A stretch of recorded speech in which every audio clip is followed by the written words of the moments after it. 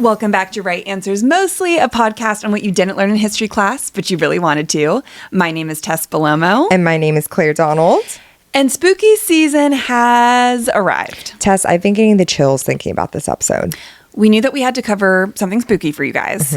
We knew that we had to ask the Rammies, and what you guys said. I mean, we got like tons and tons of responses about covering Alyssa Lam and the Cecil Hotel. It's very complicated to pronounce for me for some reason. Of course, you know, those 5 letters. Exactly. I'm like, what could it be? What could it be? But it is such a haunting LA story. And we love covering like LA things. We've done the Black Dahlia. Yes. And this one just really, I mean, hey, we used to record right around the corner from this hotel. I know. Every time I'm in the presence of this hotel, it's downtown LA, there's a dark energy about it. Have you, you've never been, but you've seen? No, I've never physically been in, but I've seen it. It's right behind some musical theater, and it does like stop you in your tracks. Yeah, it is on Skid Row. Yeah. Oh, okay. Yes. Which is, notoriously not a great part of Los Angeles. Downtown LA has really changed throughout the years. And the hotel was actually built, Claire, in 1924. And when it was built, it was very like post, in American Industrial Revolution. It was like beat bopping, and everyone was like, ooh, downtown LA is so chic and fun and modern. And then it was hit by the Great Depression, like a few years later, and it never recovered. And it has since been this hotel that is known for like suicides and murders and supernatural things happening. And there's just this haunting element to it that like, it's crazy that it actually still exists. Yeah, can you like rent a room there? Oh yeah, absolutely. I think you still can for like $80 to $100 a night. Well, listen, you're not finding that anywhere. So look, at this point, maybe we all should just stay and not spend $800 at the proper. Have you ever stayed at a haunted place? I don't believe I have. God, maybe as a kid, I probably would have been more into it than now. There's a really famous haunted hotel in Eureka Springs, Arkansas, that it's like there's some scary shit that would go down. And I like spooky season, but I don't think I would ever pay to stay. There's nothing that's attractive to me about like having that experience while you have to sleep. No. Like you can like have a little time, like visit it for like a cocktail, go into like a haunted cocktail bar. Of course. That's fun. But I would not want to be near this place after hearing this story. Me either. So like I was saying, the Cecil might be haunted. It just might have who really knows what this is. What about it makes these bad things happen? Well, it's close to the veil. Exactly. So, Claire, at least 18 sudden and mysterious deaths have happened here as of 2021, and the hotel has a long history of suicides and mysterious deaths. Do you know about the serial killer Richard Ramirez? Of course I do. Wasn't he the Night Stalker? AKA the Night Stalker, yeah. Okay, we should cover him sometime. Talk about an LA story. I know. So, he lived there in 1984, where he killed 13 people. At this hotel? I think during his time there, when he was staying, he killed 13 people around LA, but I'm sure there was a couple that were killed at the hotel. Oh my God. Okay, so this is the place of the devil. And there were several suicides, including one where the victim fell on top of a pedestrian, killing them both, which is crazy. So we are going to be talking about Alyssa Lamb today and her tragic death at the Cecil Hotel. So Alyssa Lamb was the daughter of immigrants from Hong Kong, and she was a student at the University of British Columbia. Although she wasn't registered at the beginning of 2013, which we're going to talk about, she kind of was like in and out of college, struggling a lot with some mental health issues. Okay. So in mid-2010, Alyssa began a blog named Ether Fields on Blogspot. Do you remember Blogspot? I don't remember Blogspot. I myself had a blog in the 2010s. Was it on Tumblr? No. What was it on? Because I wrote every day. It was like my diary from when I moved to LA.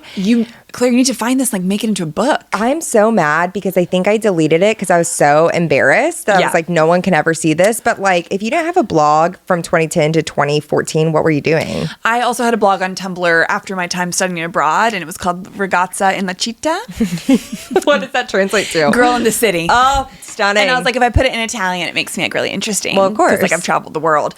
So this was the 2010s were Tumblr, American Apparel, time for a blog, time to pour your heart out online. Of course. In a way that was haunting, really, to see what strangers would talk about. So over the next 2 years, she posted pictures of, what all of us were doing. Models in fashionable clothing, things that she liked, accounts of her life, and she did talk a lot about her struggle with mental illness. In a January 2012 blog post, Alyssa said that she had had a relapse at the start of her current term at school, which had forced her to drop out of several classes, leaving her feeling, quote, so utterly directionless and lost. She titled this post, "You're always haunted by the idea that you're wasting your life," after a quotation from novelist Chuck Palahniuk. Honestly, that hits so hard right now. God, it really does, doesn't it? Just so utterly directionless and lost. Yeah, you should have heard the conversation Tess and I were having before we hit record. We're having a down week, and you know what? We'll get back up there eventually, but we sure will. We're down right now. But I understand. Alyssa? And how old is she at this point? I believe I think she's 21. Okay. She was worried that her transcript would look suspicious with like so many withdrawals. But she was just really struggling, like, because she had hopes to get into grad school. Okay. But she was basically just like, I don't know if I'm going to be able to continue my studies with just like how much I am struggling. What was there something in particular that she was struggling with? She just had depression and bipolar disorder. Okay. She was on, I think, about 5 different prescription medications. Okay. A little after 2 years of her blogging, she announced that she would be abandoning her blog for a Tumblr account called Nouvelle Nouveau. Its content mostly consisted of fashion photos, quotes, and a few of her own words. I should also offer a trigger warning that this episode will be talking a lot, like we have said so far, about mental health issues and suicidal ideations, and we will be talking about that. So if that's not for you today, feel free to skip. That is completely acceptable. So her family wanted to keep most of her mental health issues private. I think there was, obviously there's a stigma and shame to it. She had no history of suicidal ideations or attempts, although there is a report from, I believe, when she was a teenager, claiming that she had gone previously missing for a brief period. She did have a history of not taking some of her bipolar medication. Yeah. And as a result, several occasions suffered hallucinations that would cause her to hide under the bed. And she was hospitalized at least once for one of these episodes. Ugh. And you know what? The story is just like, the story is sad because like she's clearly a woman that is struggling. And it seems like maybe her parents, I don't know the kind of support that they offered. I don't know the community that she had. And like, I kind of just picture her as this like lone wolf, and like, she's trying to connect with people on the internet and like start these blogs, like there is sadness to the story. Totally. I mean, a blog though for 2 years, it's like a really good run. God, it really is. Because it's a couple months on Tumblr and you're like, I need to. Couple days and you're like, well, that was fun. Couple days. So she decides to go on a trip to California, and she's like, I want to travel alone. She traveled on Amtrak and inner city buses. So she gets to San Diego and she visits the San Diego Zoo. Well, always you have to make a stop at San Diego Zoo. But like, talk about feeling depressed. Yeah. Like, that's not maybe a place to go if you're really not feeling too good. Well, I went there once when I was depressed. You did? Yeah. I've never been, but I think you can skip it. I mean, zoos are kind of like an ethical thing. Anyways, I know. I've been to the San Francisco Zoo. In college, we went for an acting class to be like, everyone pick a. Stop. No, it's not okay, Claire. No. You did not pick an animal to embody. Oh, we had to. And then for the next class, we had to base a character off of that animal. Well, you have to tell us what animal were you. I'm trying to remember. God, did I do a peacock? 'Cause that's like when I was really into Katy Perry. Because I remember seeing peacocks being like, it's like a slutty little version of. Well, I mean, a peacock is a slutty bird if I've ever seen one. She's brat. She's so brat, of course. She is brat. But yeah, really tough to think about. Yeah. She took photos there. She posted them on social media. And on January 26th, she arrived in Los Angeles and checked into the Cecil Hotel near Skid Row. January 26th, 2012, 2013? I think at 2013. Okay. Yep. So, like I said about the hotel, she was looking for someplace cheap to stay. And I think at this time you could, in the documentary, this couple was like, you get a room for $80 a night, which like even in 2013, like pretty good deal. So she was initially assigned a shared room. I'm out. Have you done like a hostel before? No. I can't believe that I have stayed at so many hostels. I can't believe that is so not like you. Truly Canal is always like, I've heard a lot about you. And this is one thing where I'm like, I can't imagine such a thing. I married you, know everything about you, but the hostel situation. No. Well, duality. Duality, but like, I mean, of course, also like when you're in your 20s, you're just like, oh, it's like maybe I can meet someone in there. I think I've never stayed at a hostel because I didn't go to college, like, so I didn't travel abroad. Yeah, it's something I would just never do. Especially, well, it's like a different time now too. I feel like we have like less trust in people. Yeah, in general. I agree. So she is assigned a room with other girls on the hotel's 5th floor. And then almost immediately, her roommates complained to the hotel's later lawyer, would describe her as like having some odd behavior. And I think she wrote some like notes that like some Post-it notes in the middle of the night being like, I don't like you. And like get out and like certain phrases like that, which have been like, some people were like, maybe she was like writing for, she was a writer, she was a blogger. Maybe she was like putting that creativity somewhere. But the roommates were like, it felt like it was directed to us. The roommate's name is Brittany, and the Post-it's like, Brittany, I fucking hate you. Brittany, It felt pointed, Felt a little pointed, which sure, look, if I were to wake up one morning and my hotel roommate had a Post-it that said that, I'd probably call the police. No, same. God, I need a Rammy field trip with all the Rammies just to like, so that you guys can feel what this energy around this hotel is like. It's dark. It's cold. It's so cold. It's so cold. Did I tell you about that one time, a brief little story that when I was staying at the hostel and I thought that he was trying to kill my friend in college? Who's he? Our hotel or our hostel roommate. So I didn't know that his phone had dropped from his bunk bed in the middle of the night to her bed. And so I woke up like hearing noises and I saw this random man standing over in the dark. My friend from college, and I froze, and he kind of like kept like looking like crouching over and like looking at her face. And I was like, what do I do? And then she woke up and she was like, what the fuck? And he was like, I'm looking for my phone. I'm sorry it dropped. But I was truly like, he's about to kill her. And I can't defend her now. Of course. Were you in Italy? We were in Prague. Okay. And this man was very sick. Like when we got to the room, he was sweating and pale. And he was like, sorry, like I'm just going to be staying in here the whole time because I'm so sick. Oh my God. Like it just sounds, that is my haunted house, is a hostel. But the fact that we were like, yeah, we'll still sleep night. Like no problem. But that's like what you do in your early 20s. It's pre-pandemic too, when you're just like, nothing can hurt me. Nothing can hurt me. I don't think we knew what germs were before the pandemic. No, it just like didn't matter. No. So the girlies are like, we need to separate from her. And so she is put into a room by herself. It makes me sad for her in a way because she continues to be isolated. Yeah, 100%. I forgot about this too. So she did like she also locked the roommates out of the room sometimes. And when they would try to get in, she'd be like, you need a password. No.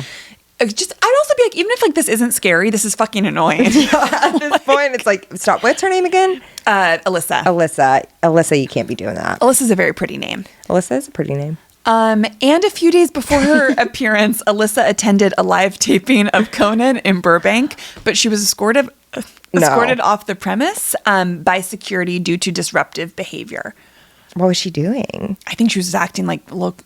Conan comes on. She's like, boo! Should I get off the fucking stage? Yeah, I think she was just erratic. Like, I think that's like the only way to describe her. And it's I don't mean to laugh at you guys know. No, and it's like she clearly was suffering, but it's also, I am laughing because who amongst us didn't go to Conan immediately when we get to LA? I literally think that's one of the only ones I haven't been to. I've been to the Jeff Probst show, but I haven't been to Conan. I've been to Kimmel. Of course. Is Conan still? Conan's not still on. I don't think so, but he was back in the day. I did like Conan. Did you go to Ellen? I think I just went to Conan. I think I might have gone to Ellen. We should go to a taping. We should. Okay. Just for the hell of it. I agree. Just because LA is dying. The industry is dying here. We need to keep it alive. Oh my God. I agree. Okay, so Alyssa was contacting her parents every day during this trip. She was calling them. She was checking in. So they felt like she was fine. On January 31st, 2013, the day she was scheduled to check out of the Cecil and leave for Santa Cruz because she was going all up and down California, her parents did not hear from her and they immediately called the LAPD. Oh my God. Which I think also kind of shows you that like they were probably nervous that she was doing this trip on her own. Yeah. They were probably like, should she be traveling right now? Like during this time with her mental health struggles. So I think it has to be, 72 hours for a missing to like. For them to be considered a missing person. Yes, but like they called the police and they were just like, you gotta help us out because like this is abnormal. Yeah. So hotel staff who saw Alyssa that day did say that she was alone during the day. You know the last bookstore downtown? Of course. It's a very famous landmark, you guys. Katie Orphan, the manager of the last bookstore at the time, was the only person who recalled seeing her that day.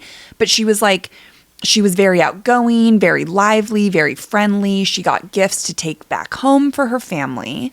Orphan told this to CNN. She was talking about what book she was getting and whether or not it would be too heavy for her to carry as she traveled around. So she had a conversation with her and no red flags. Like she was just like, yeah, like just like a normal gal. And as far as a bookstore person would know, like she's planning on moving up. Like, Yes. You know, going somewhere else. Exactly. Like she's on her way to Santa Cruz. So police searched the hotel to the extent that they legally could because you can't like go. This is like what's kind of sketchy about hotels. Like someone goes missing, someone's murdered. Like you can't go into every single room and ask the people staying there, like, can I search your bag? You know, like there's kind of like restricted like investigations in hotels in a way until like it has been established. And like, I mean, you need like a warrant and all that stuff. So they searched Alyssa's room and had security dogs or police dogs go through the building, including the rooftop. Okay. But the dogs were unsuccessful in detecting her scent. They kind of kept ending, though, of going towards, I guess, the fire escape. Ugh.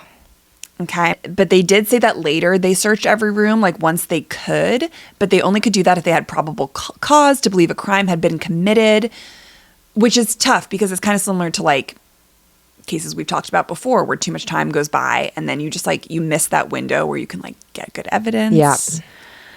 Just like John also, Bonet. a hotel, God, there's so many people touching everything. Oh, that's like the worst spot for a crime scene to happen. No, but literally, like everything is, what's it called? Like, tainted. Yes, tainted. Contaminated. Tainted love. We got there. I think also the Cecil has like 700 rooms or something. It's like a large building. It's large. We'll post it on our carousel, you guys. Ugh. Yeah. Oh God, I can just like imagine. No, like, it's horrible. the smells and like the thing, like the feeling in there. It's cold. It's so cold. So on February 6th, a week after Alyssa had last been seen, the LAPD was like, all right, we need to like take this a little bit more seriously. Yeah. Which she was not a white girl. I'm gonna, you know, we're gonna say it, like she's an Asian woman, and I just feel like there's just not enough attention if it's not like a missing white girl. So flyers began to be, you know, posted up all around LA with her image, online as well. I was in LA when this was happening, but I don't remember this at all. Maybe it was like a little bit more downtown though. Yeah, it probably was. They probably wouldn't be posting it like in West Hollywood or Hollywood or anything. True. But this did bring the case, you know, to the public's attention through the media. So still, they're just like, I don't really know. We've searched everything. Like, there's just like not even a person that they're looking at. Like, there's no clear suspect. Yeah. Until they're like, we should maybe start looking at some of the footage from the hotel and let's check out the elevator footage. Ugh. Also, I'm shocked that they didn't do that like from the day she was missing. There's a lot of anger around this case of like, what could have been done if you guys had like done this properly? Yeah. And yeah, like it's ridiculous when you think about it. So on February 13th, happy birthday, Alice. She loves this case as well. After another week with no sign, the LAPD released a video of the last known sighting of her taken in the Cecil's elevators by video surveillance camera on January 31st, the day that she had gone missing. I sent this to Claire last night because I was like, you should know what I'm talking about. And we will post it or you guys look up the full YouTube. So it's 2.5 minutes. And how would you describe it, Claire? It's like she is running into the elevator and hiding from someone. You don't see anyone else pass by. And it's like, it's not just running and hiding from someone, because she doesn't really look like she's in fear. It almost looks like she's playing a game, but not. And I told Tess this. I said, if I saw this footage of you, I would think that you were on drugs, or like something wasn't right. Like something is not right. Yes, it's like it's like an element of game, element of paranoia. Yes, paranoia, because it's not quite innocent like a game, but it's not like she's fearing for her life. It looks almost like performative. Like it looks like someone like on stage being like, yeah, like these kind of big motions, and but not fearful. Right. Yeah. So it's, guys, like it's kind of hard to explain, but please watch it, because people have analyzed this video for, over 10 years. So I saw on a Reddit post that like the hotel, and maybe I'm cutting ahead of myself, like cut up this footage. That's a theory. I saw this on Reddit. I think it's more of a theory. Like some people are like, it seems to jump and there seems to be a missing timestamp. I think that's a little bit more like fan fiction, if you will, for lack of a better word. Conspiracy theory. Yeah. But so she's like appearing to press every button on the elevator panel, which then makes people that have investigated the case or been like obsessed with the case, been like, it seems like she's trying to get away from someone, and almost like when you're panicking, But then another weird thing about it, so she's like peering in and out of the hallway, then she leaves the elevator at one point, but the doors remain open. Yeah. And this is when the supernatural element comes in, that everyone's like, why aren't the doors just closing? Which I do actually find weird. No, it is weird. When you are watching it, when it opens and when it closes is strange. It's not like a normal elevator. I mean, one could say this hotel is really old, and they're not like, probably that elevator hasn't been updated since 1924. No. Not with $80 rooms. They don't have the cash for that. Exactly. But it is like haunting. No, it is haunting. Also, it's like you never see anyone else walk by at any point, which is kind of crazy also, because the video is about like, I think 4 minutes long. And it's like not one person walks by the hallway at any point. Well, that's why people are like, did they take something out? But like, God, I mean, I guess if it's like, is it called low season? Or like if like people aren't really, I don't know. It is strange. It's just strange. It's strange, again, that she is the only one on the floor, even if the hotel is pretty empty. Then you're like, what are you doing in the first place? Exactly. So immediately this like breaks the internet, and people are just like, what the fuck? So the, number one theory, like I just mentioned, was like, okay, well, someone's chasing her. Yeah. And she's trying to, get away from someone. She's trying to hide. The second biggest theory was, well, she's clearly on ecstasy. Oh, ecstasy. It was like she seems just to be like kind of in her own body and almost like doing this like dance in a way, or people just being like she's high on something. Right. And then people were like, you guys, this kind of looks like a bipolar manic episode. And then, of course, there was the supernatural theories of just like she's being possessed by a ghost, Of course. all of that. Yeah, that's what I asked Tess when she sent me that video. I was like, I don't know anything about this case, but like immediately I'm thinking that there is some mental health issues going on. Exactly. I mean, it's pretty clear. Yeah. So during the search for Alyssa, guests at the hotel had started complaining about their water pressure. No.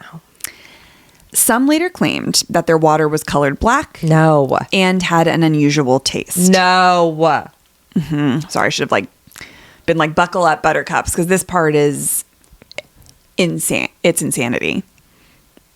So black is crazy. Imagine hopefully no one was drinking it. But I mean, this was, guys, like, this was coming out of the shower, tap water. This was affecting the coffee, your water for coffee. Oh my God. Mm-hmm. And everyone was like, what is this? Like, what's going on? Kind of at the same time. And so on the morning of February 19th, a hotel maintenance worker found Alyssa's body in one of 4,000-gallon tanks located on the roof, providing water to the guest rooms, a kitchen, and the coffee shop. I like actually feel sick. Like I feel like I'm going to throw up. It's really tough. Through the open hatch, he saw Alyssa's laying face up in the water. The tank was drained and cut open since this maintenance hatch was too small to accommodate equipment needed to remove Alyssa's body. What was the equipment, I wonder? Because then it's like, how'd she get in there? Well, this is really the question that I think why this case became so complicated, because I think at this point we can understand that she was having an episode, right? I'm going to put photos on the carousel of what these tanks looked like. I also sent it to Claire. You guys, these are huge water tanks. Huge. And this is a small woman. And there was no ladders found. There wasn't any ladders? There was not a ladder found up there. There was not like, a stack of chairs or a point of entry to get into this water tank. How did the person find, like, what was that worker doing? I think just like routine checking the water, and maybe they were getting complaints about the water. Well, yeah, because of the disgusting black water. Yeah, the hotel guests were like, "Wait, why is this colored like this, and it's tasting weird?" So they were like, "Well, let's go check the water tanks." And they don't have any cameras on the rooftop? No. Big mistake, huge. No cameras on the rooftop, cameras in the hallways, but nothing, no confirmation of what happened up there. So, on February 21st, the Los Angeles Coroner's Office issued a finding of accidental drowning with bipolar disorder as a significant factor. The full coroner's report released in June stated that Alyssa's body had been found naked. Clothing similar to what she was wearing in the elevator video was floating in the water, coated with a sand-like texture. And her watch and room key were also found with her.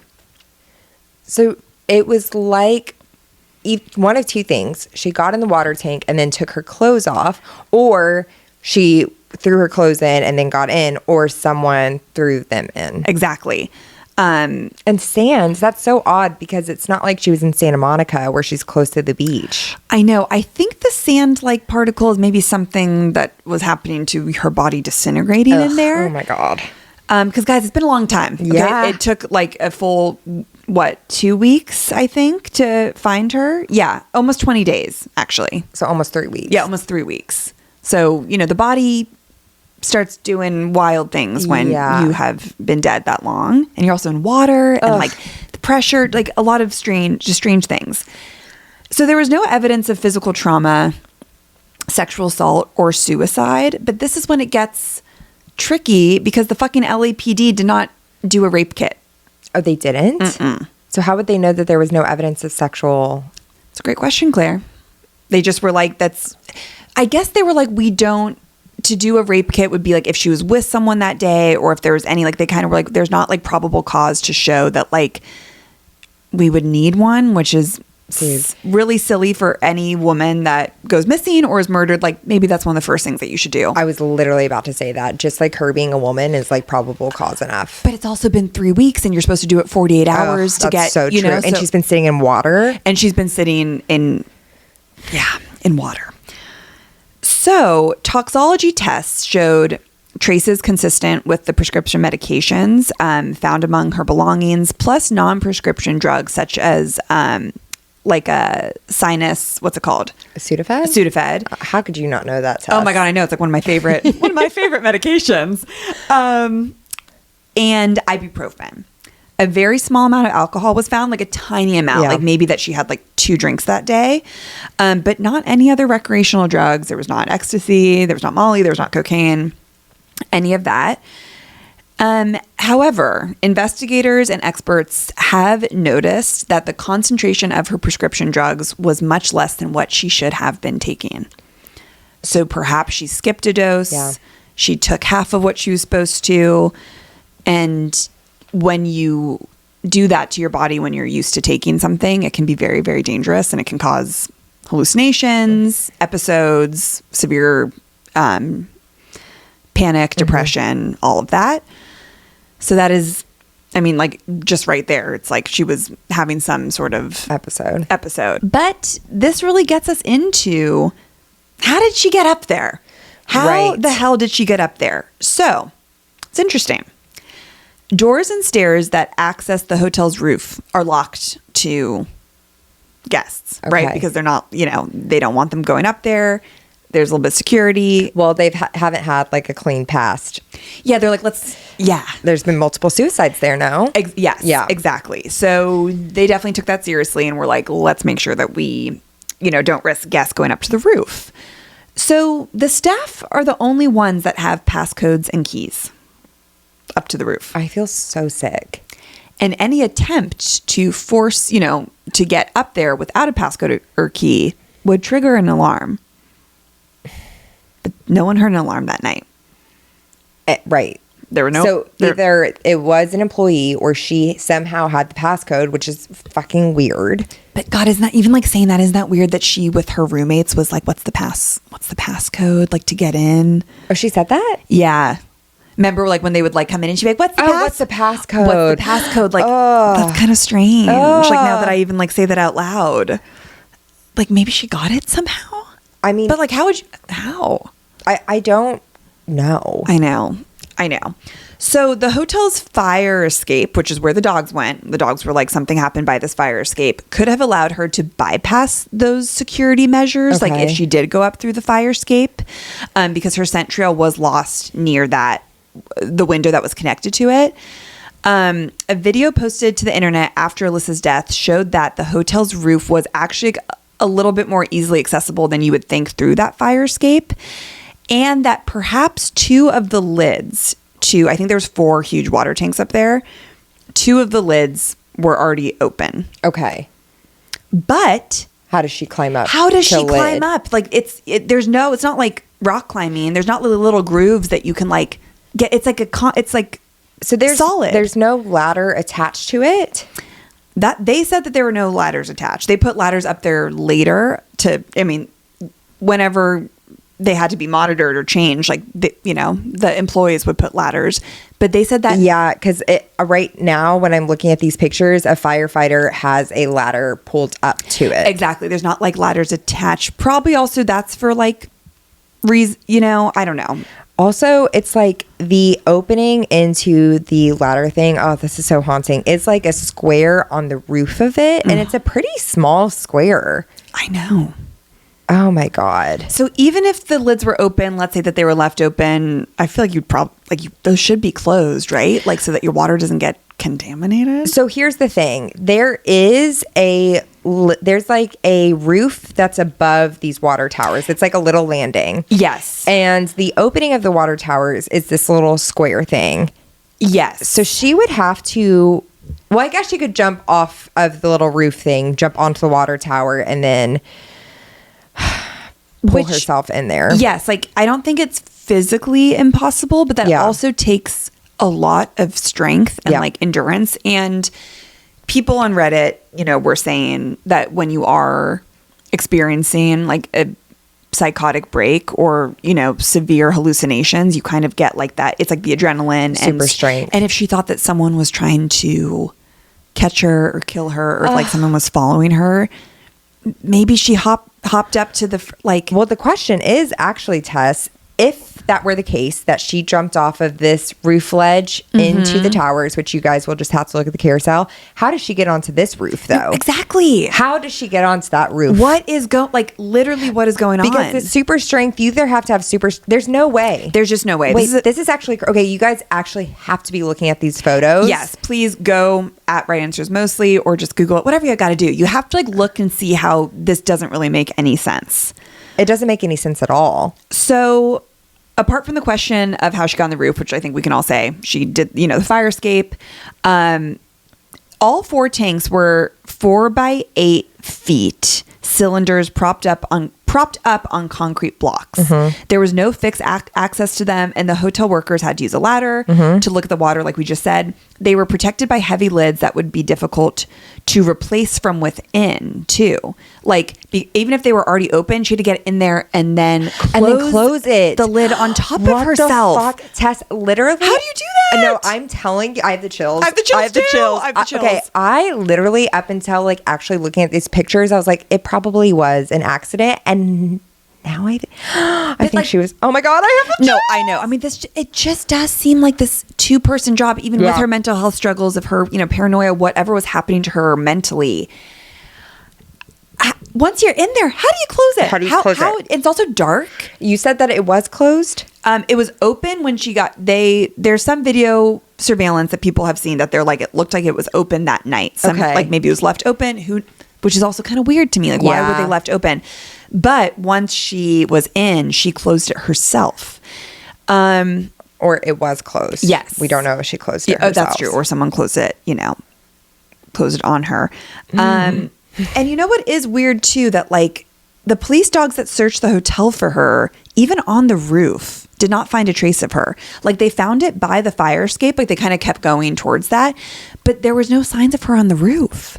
And she was on the roof. Almost like someone carried her. But what? Yeah, I guess. Cause like, but wouldn't dogs smell that? Or do you need like, do you think it's because of the water, because she's put into water? Like that ruins the smell? That's such a good question. Because isn't that strange? Like they're It is searching this strange. whole hotel with search dogs Yeah, and they were catching on her scent at some point. at some point, but not up where she died.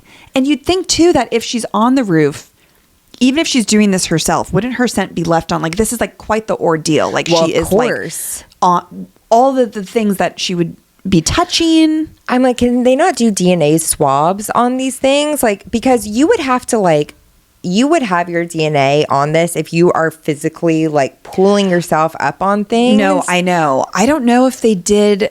I mean, I don't know how DNA works. I don't know if you can like do a DNA test on like, well, I don't know. Cause like you do DNA tests on like, murder weapons and Yeah, stuff. you think you could pull fingerprints. Interesting. Yeah. They never had any like, the thing that's weird, like there's never like a trail of her this night. Yeah. Like, and I think what happened. Okay. So a few things that happened. Okay.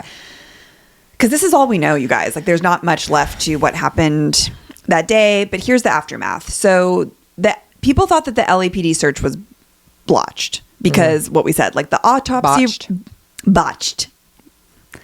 Blotched? What's blotched? Blotched? Like when you like blotch your face. I mean, maybe blotched is the correct term. A botch is when like you have like a fucked up. That's like that E show. Yeah, Terry Dubrow. Terry Dubrow. Of course. It all goes back to Bravo. It all goes back to Bravo, people. We can find it in every episode. Exactly. So they were just like, this sucked. They didn't do the rape kit. 20 days until finding the body. You kind of can't do much. I also, maybe that's something with DNA at that point. Yeah. But they're still doing like John Benet Ramsey DNA things at this point. I mean, not to bring it here, but like John Benet was a rich white girl. Yeah, that's true. You know, in Denver, Colorado, not downtown LA. Yeah, that's very, very true. So they were just like, we didn't really trust the police working on this. And then I guess the attorney that represented Alyssa's family was not good. Oh, no. I don't know if like maybe they didn't have the, the finances, the resources, but the no rape kit was very strange. The autopsy report and its conclusions were also questioned based on the incomplete information. For instance, it does not say what the results of the rape kit and fingernail kit were, or even if they were processed. Like fingernails, you'd think in this kind of That's case, what I'm saying. very important, right? Yes. Of like clawing, scratching, grasping, like Any murder, I would like want a fingernail kit because that's like you see if there's any sign of struggle at any point. exactly. So those may have not even been processed, which is very sad. So it also has records of some like blood that was pooling in her anal area. Some observers suggested that actually is a sign of sexual abuse, but then a lot of pathologists noted that does happen with your body bloating Right. and decomposing for so long that you start to have blood come out of your holes. Yeah. It's the coroner's pathologists were ambient about their conclusion that her death was accidental. So you kind of just had everyone being like, look, she didn't take her meds that day and she drowned. Yeah. Which then kind of puts this like stop to the case of like, if there's not a suspect and, they also like, yeah, you can't interview everyone that like people are going in and out of a hotel, especially somewhere like this. It could be like someone staying for a day. Like you can't talk to 500, 700 people if the hotel's full, like, and probable cause, not being able to search all of their rooms, all of that. So everyone's just like, it was an accident and she was not well. Then it's just like easier to say that. Exactly. After her death, her Tumblr blog was updated. What? Stop. Tess, stop. Presumably through Tumblr's queue option that allows posts to automatically publish themselves when the user is away, which I do remember that this was a thing because I remember having to delete, being like, wait, I actually didn't want to post that. Or like, it's like scheduling a post on Instagram. That it just like, if you're away for X amount of days or hours, then Tumblr's like, oh, I assume that you want to post this. So that's a little creepy. What did it say? Do you know? No, I don't think it was anything like about her time in LA. I think it was just like another post. It could have been like, oh my God. Oh, it could have been fashion. It could have just been like a quote, something like that. Nothing that people were like, wait, that's coming from. It didn't like coincide with this. Her phone was not found either with her body or in the hotel room. Where was her phone? It was never found. What? Mm-hmm. They couldn't like put a signal? She was just with, what was found was her hotel key with her, I believe. Her watch and room key were the only things found with her. And I guess, God, this is before like Find My iPhone. Find My iPhone. It's like 2013. It was just like a different time with technology too. Who knows if she even had an iPhone? I mean, she might have. Oh, she could have had a BlackBerry. Yeah, like I don't. That's true. And there was, so then you also can't be looking at like, besides like if she had texted her parents, like that's like the evidence, but you like, can't go through her phone and see like, where's her phone? Where is her phone? And she seems like someone who was on her phone a lot. Yeah, I mean, because she was contacting her family a lot to like be like, I'm good. Yeah, so people were like, who knows if that was stolen from her? Also with like the Tumblr thing being updated, people are like, someone, is doing this and playing tricks and there might be a hacker. All of those kinds of theories. And in September 2013, Alyssa's parents filed a wrongful death suit, claiming the hotel failed to inspect and seek out hazards in the hotel that presented unreasonable risk of danger to Alyssa and other hotel guests, seeking unspecified damages and burial costs. The hotel argued it could have not been reasonably foreseen that Alyssa may have entered the water tanks. And since it remained unknown how Alyssa was able to get into them, no liability could possibly be assigned for failing to prevent it. And in 2015, Claire, that suit was dismissed. That's crazy that like the hotel didn't have to pay anything. No, they were just like, she had an episode. This has nothing to do with us. I think it was tough. Like they didn't have the right resources and the right lawyers and stuff. Exactly. So that is the very mysterious case of Alyssa Lamb. What do you think? What do you think happened? I was going to ask you the same thing. It's impossible to know. I mean, truly, until I started looking at the pictures of the water towers, I was like, I think she had an episode and something went horribly wrong and no one else was involved. The water towers give me serious pause, though. I know. What do you think? There's just not an answer that I have of how she could have realistically gotten in there. I agree. But if like, and this is why like I just don't know about like DNA. Like if someone did throw her in there 3 weeks later in the water, could they still test DNA on her body? I don't know. Right? And like, could they clean up the water tower and stuff? Like they have plenty of time to like, I don't know how any of that works. And like if they clearly didn't because they just assumed, that it was, she drowned. So like they never even really tried to. But it's complicated because like she wasn't with anyone that day. Yeah. There weren't any signs that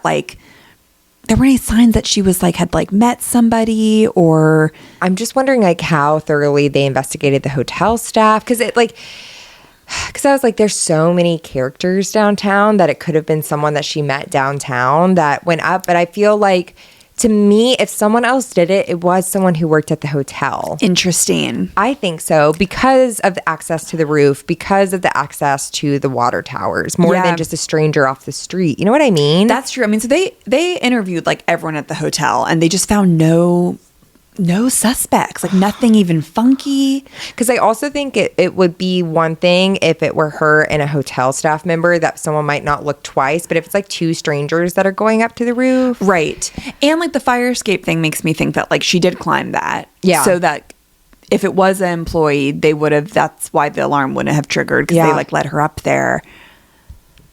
But there was no scent. It's the same thing with all these unsolved cases where you're like, well, it's this, but then there's that, Exactly. So yeah, Rammies, I'm curious. I know a lot of people know this case and I'm curious of like what you've always thought, if anything's changed after this episode. I mean, I know I'm not giving much groundbreaking new theories or anything, but yeah, let us know what you think happened. And, it just is one of those episodes that's just really sad. It is. And it's kind of like the obvious answer is right in front of us of just like, she was really struggling and she was alone and she was scared and she maybe thought someone was coming for her and didn't feel safe. And like, that just makes me really sad. And, it's like, I don't want to like glorify these like, because it's like, I think we try to make it juicier sometimes than it even is. And like, I have actually seen like a lot of creators talk about this case where it's like, this whole case is just about our like judgment of people that act quote crazy and like what they're really going through. So Rammies, we love you. We hope everyone's taking care of themselves. I mean, truly, God. It probably is the simplest thing of that, though. Exactly. Unfortunately. Well, question kind of related to all of this. Like, do you believe...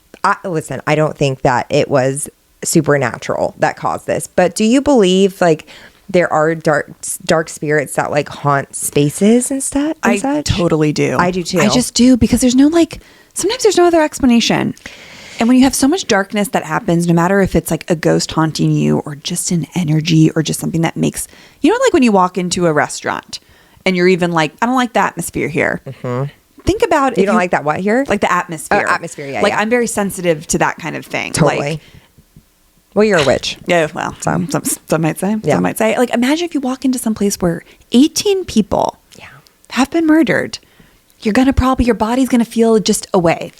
I agree. I think that we don't know what happens in the great beyond. That's like one thing none of us know. We absolutely don't. So who's to say that, dark energy doesn't stick around? Like, how could it not? I know. So I think also like maybe that threw her into, I don't know. The place just seems so scary. I cannot imagine going to this hotel. I know a lot of people need to stay at some place that is that inexpensive. I get it. It is, I don't know what I would do. No, I'm telling you, Rammies, when you see it, it has a dark feeling. You'll know. You'll just know. And even like I on the carousel, you guys, there's a photo posted of the room and you're just like, I don't want to do this. Oh my God. Well done, Tess. I mean, truly spooky season. Well, spooky season. We're going to have another spooky episode next week. Yes. So, subscribe, follow us everywhere at Right Answers mostly, and comment on the Spotify page. Please, we'd love to hear your guys' thoughts. We had so many great comments about Pocahontas that we loved reading last week. Comment on the carousel. Just engage with us. Post this if you found it interesting. We love you. We love communicating with you. We really do. And we will see you next week to continue some spooky season. All right, goodbye, guys. Goodbye.